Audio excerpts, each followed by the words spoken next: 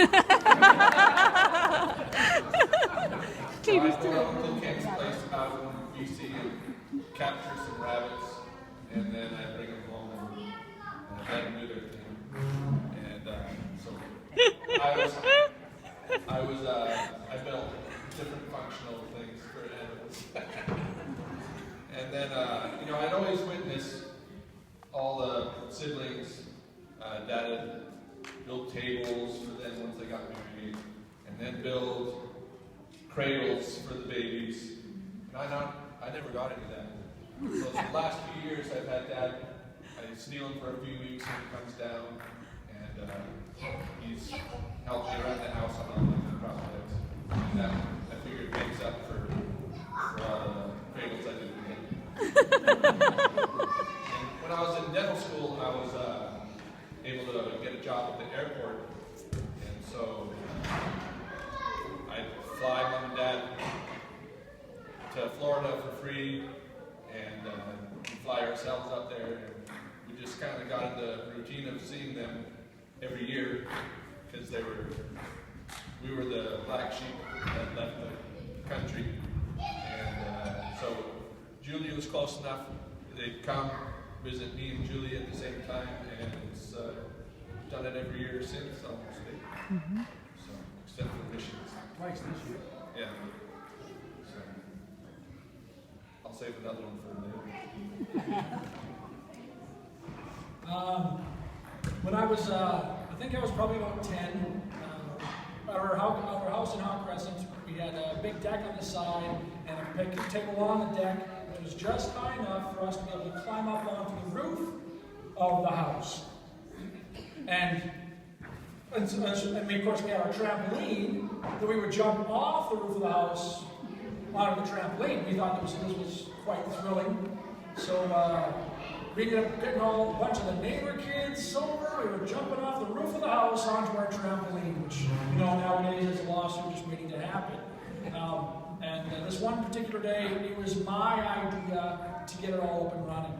So we were jumping off, and then we saw Dad pull up in the navy blue Volvo, and we were like, quick, get down, get down, get down! But Vaughn was there at the time. He was, I don't know if he was just in the backyard, and I let Vaughn take the full brunt of the blame on that one. Dad was mad, and Vaughn took every brunt of that. And I just, even though it was my idea, sorry. And then, of course, there's those moments with Dad. We'd be in public, maybe one or two of us kids, and Dad would start up a conversation with a complete stranger. We have no clue who this person is. But then he starts introducing us kids. And he gets his teary-eyed face on, and him saying, I'm a rich man. And if you've seen my dad, that face, you know what that's about. A lot of moments like that.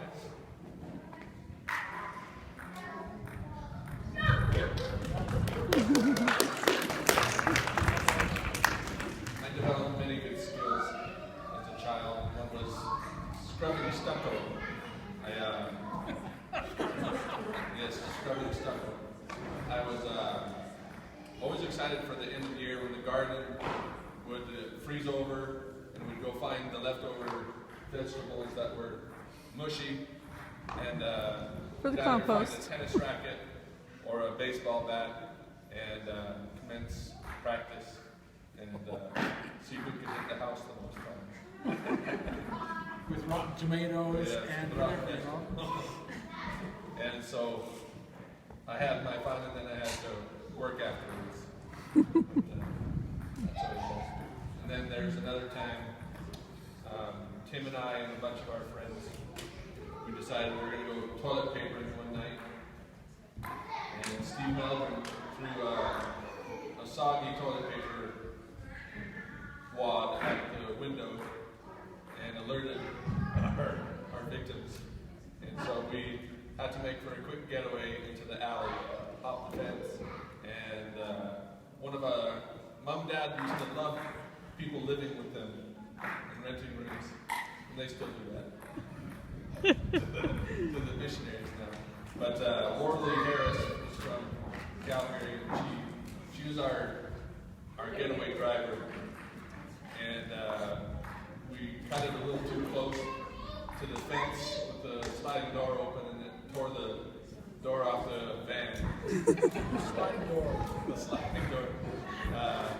So we were in a panic, and we threw it in, and off we went. And then I remember that night, Tim took all the blame for that. I was ready for Dad to be pretty upset, but he just said, "Well, you're going to help me fix it."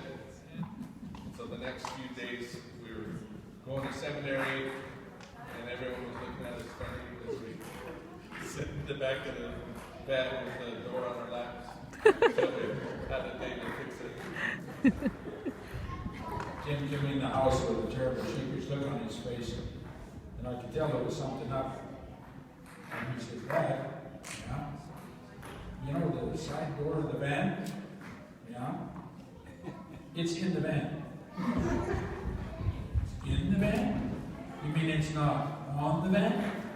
"No, Dad, it's in the van." "Well, how did it get there?" "Well, we picked it up off the ground and put it in." So, with a few extra nuts and bolts and a hammer and a few little things, and I had to make one special rivet that got damaged in the process, and I was teaching school and I had metal laid in my shop. So I made a replacement rivet and put it all back together. Didn't cost us a nickel. Great. So our dad can fix anything. And then, of course, there was always those times when Dad would volunteer us, and being a challenge for us to accept it at the time. Filling scout sandbags on Saturday mornings to the point where our knuckles were raw and bleeding by holding those sandbags. You know what I'm talking about, right? Yeah, filling those sandbags and that kind of stuff.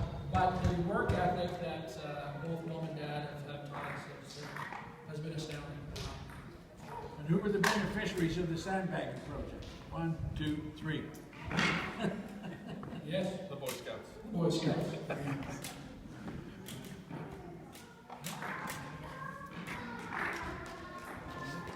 Okay. All right.